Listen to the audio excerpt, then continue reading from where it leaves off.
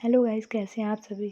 I hope आप सभी अच्छे होंगे। मैं भी अच्छी हूँ। मैं आकांक्षा ई स्टडी फार्मेसी के इस यूट्यूब चैनल में आप सभी का स्वागत करती हूँ।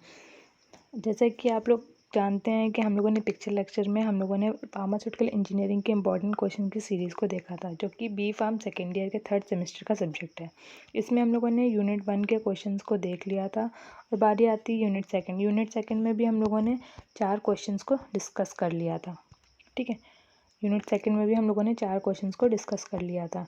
अगर आपको इन क्वेश्चंस के आंसर को फिर से देखना है तो आप हमारे ई स्टडी फार्मेसी के यूट्यूब चैनल के डिस्क्रिप्शन बॉक्स में लिंक के थ्रू जाकर देख सकते हैं। अगर आपको नोट्स की रिक्वायरमेंट है तो हमारे यूट्यूब चैनल के लिंक में डिस्क्रिप्शन बॉक्स में टेलीग्राम चैनल की लिंक दी हुई है। उसके थ्रू आप टेलीग्राम चैनल में जाकर हमारे नोट्स को भी देख सकते हैं। तो अब बारी आती है क्वेश्चन नंबर 5 की, यूनिट सेकंड के क्वेश्चन नंबर 5 की, जो कि है तुम्हारा evaporator, climbing film evaporator. Discuss in detail about climbing film evaporator. Climbing film evaporator क्या होता है, ठीक है, इसका प्रिंसिपल क्या होता है, कंस्ट्रक्शन क्या होती है, वर्किंग क्या होती है, एडवांटेजेस क्या होते हैं और डिसएडवांटेजेस क्या होते हैं। चलिए अब बारी आती है क्लाइंबिंग फिल्म इवेपरेटर की।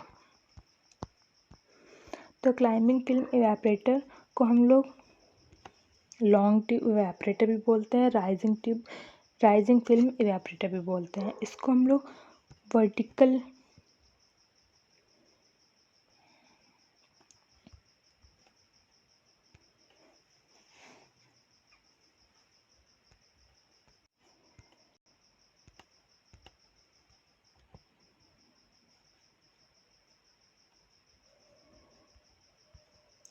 इवेपरेटर भी बोलते हैं। ओके, तो हम लोग इसको long tube evaporator, vertical evaporator क्यों बोलते हैं वो चलिए देखते हैं। इसमें लॉन्ग ट्यूब इवेपरेटर इसलिए बोलते हैं क्योंकि इसमें जो ट्यूब्स लगी होती हैं वो लॉन्ग होती हैं, ठीक है। और वर्टिकल इसलिए बोलते हैं क्योंकि ये ट्यूब्स जो होती हैं वो वर्टिकली फिक्स होती हैं, ठीक है, इसलिए इसको वर्टिकल ट्यूब इवेपरेटर बोलते हैं, लॉन्ग ट्यूब इवेपरेटर बोलते हैं। इसको क्लाइंबिंग फिल्म इवेपरेटर क्यों बोलते हैं। क्लाइंबिंग का मतलब होता है चढ़ना, ठीक है, और फिल्म का मतलब होता है कि जो बबल्स फॉर्म होते हैं, ठीक है। तो इसमें क्या होता है कि हम लोग यहाँ से नीचे से जब फीड प्रोवाइड करते हैं, जब हम लोग इसमें नीचे से फीड प्रोवाइड करते हैं तो इसमें जो ये ट्यूब्स लगे होते हैं इनकी हेल्प से जब हम लोग स्टीम को इनलेट कराते हैं तो जो फीड होता है वो ट्यूब्स के थ्रू ये जब ऊपर जाता है तो ये बबल्स फॉर्म कर लेता है, ठीक है। जो बबल्स फॉर्म करते हैं इसलिए इसको क्लाइंबिंग फिल्म इवेपरेटर बोलते हैं। अब इसका प्रिंसिपल क्या होता है, प्रिंसिपल देखते हैं। तो इसमें क्या करते हैं हम लोग फीड को जब इनलेट कराते हैं, ठीक, तो ये क्या करता है कि ये तुम्हारा बॉटम के थ्रू जब हम लोग इनलेट कराते हैं तो ये ट्यूब्स के थ्रू जाता है, वेपराइज होता है, क्योंकि इसमें स्टीम हम लोग इनलेट कराते हैं। जब ये वेपराइज होगा तो ये बबल्स फॉर्म करेगा, जब बबल्स फॉर्म करेगा तो ये ऊपर जाएगा, तो ये क्या करेगा, बबल्स फॉर्म करेगा। तो इसमें इंट्रेनमेंट सेपरेटर जो कि तुम्हारा डिफ्लेक्टर की तरह होता है, इसका काम क्या होता है कि जो तुम्हारे बबल्स मिले हैं, ठीक है, इनको क्या करता है, ब्रेक करता है। इंट्रेनमेंट सेपरेटर क्या करता है, इन बबल्स को ब्रेक करता है।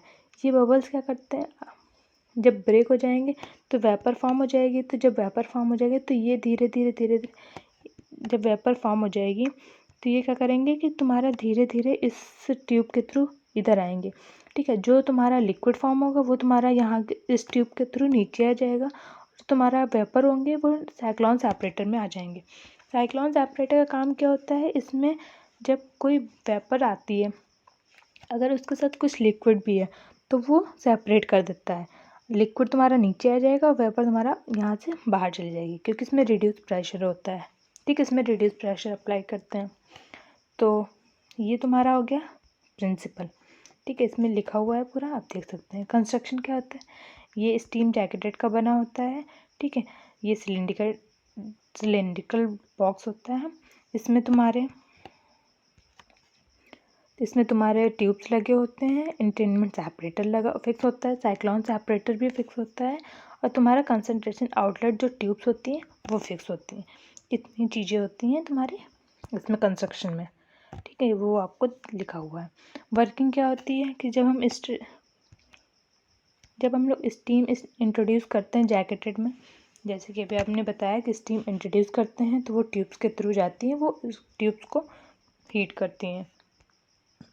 ठीक है, फिर उसके बाद वर्टिकल ट्यूब जो होती है वो हीट हो जाती है, गेट हीटेड। ठीक है, फीड को इंट्रोड्यूस कराते हैं हम लोग बॉटम से, जैसे कि मैंने आपको बताया फीड को हम लोग बॉटम से इंट्रोड्यूस कराते हैं। जब जो फीड होता है यानी कि जो लिक्विड होता है वो तुम्हारा जाता है वॉल्स के पास, ट्यूब की जो वॉल्स होते हैं उनके पास जाता है। लिक्विड क्या होता है फिर वेपराइज फॉर्म में कन्वर्ट हो जाता है और बबल्स फॉर्म हो जाते हैं। जब वेपराइज हो जाएगा तो वो बबल्स फॉर्म कर लेगा। जो बबल्स होंगे वो फ्यूज़ हो जाएंगे, फ्यूज़ होते रहेंगे, वो लार्ज बबल्स फॉर्म कर लेगा। ठीक है, कुछ छोटे छोटे बबल्स मिलके ठीक है लार्ज बबल्स फॉर्म कर लेंगे। फिर उसके बाद जब वो इंट्रेनमेंट सेपरेटर के पास जाता है यानी कि डिफ्लेक्टर के पास जाता है, तो डिफ्लेक्टर क्या करता है उन लार्ज बबल्स को ब्रेक कर देता है। ठीक है, उन लार्ज डिफ्लेक्टर क्या करता है also act as a foam breaker, उन लार्ज बबल्स को ब्रेक कर देगा। जो मिक्सचर होगा वो तुम्हारा नीचे आ जाएगा और जो वेपर होगी वो तुम्हारी साइक्लोन सेपरेटर के थ्रू साइक्लोन सेपरेटर के पास चली जाएगी। साइक्लोन सेपरेटर क्या करेगा तुम्हारा सेपरेट कर देगा। अगर तुम्हारा लिक्विड होगा तो वो नीचे आ जाएगा और वेपर होगी वो तुम्हारी आउटलेट के थ्रू बाहर हो जाएगी। ये तुम्हारा हो गया वर्किंग। ओके, तो अब इसके एडवांटेजेस क्या होते हैं। जब वर्किंग हम लोगों ने बनाया है तो इसके कुछ एडवांटेजेस भी होंगे और डिसएडवांटेजेस भी होंगे। तो इसका जो एडवांटेजेस है वो क्या होता है कि ये हम लोग कब यूज़ करते हैं, क्यों यूज़ करते हैं और किसके लिए यूज़ करते हैं। तो ये यूज़ करते हैं हम लोग जो तुम्हारी फोम फॉर्मिंग लिक्विड्स होते हैं, जितने भी तुम्हारे फोम फॉर्मिंग लिक्विड्स होते हैं उनके लिए ये यूज़ होता है, क्योंकि इसमें डिफ्लेक्टर लगा होता है। डिफ्लेक्टर का काम क्या होता है कि जो तुम्हारे बबल्स होते हैं उनको ब्रेक कर देता है। ठीक है, तो ये इसके लिए यूज़ होता है। ठीक है, large surface area of calendar increase heat transfer, इसके लिए भी यूज़ होता है। ठीक है, इसके अगर एडवांटेजेस हैं तो डिसएडवांटेजेस भी होंगे। डिसएडवांटेजेस क्या हैं कि ये जो होता है वो हाईली विस्कस लिक्विड के लिए यूज़ नहीं होता है। इसका यूज़ हाईली विस्कस जो होते हैं लिक्विड, हाईली विस्कस लिक्विड या कंसनट्रेटेड लिक्विड्स के लिए यूज़ नहीं होता है और इसका डिफ़िकल्ट होता है क्लीन करना और मेंटेन करना। ठीक है, तो आज के लिए हम लोगों ने इतना पढ़ा। अगर आपको आगे के नोट्स की रिक्वायरमेंट है तो आप हमारे यूट्यूब चैनल के थ्रू देख सकते हैं और नेक्स्ट लेक्चर में हम लोग क्वेश्चन नंबर 6 को डिस्क्राइब करेंगे। Okay, thank you so much.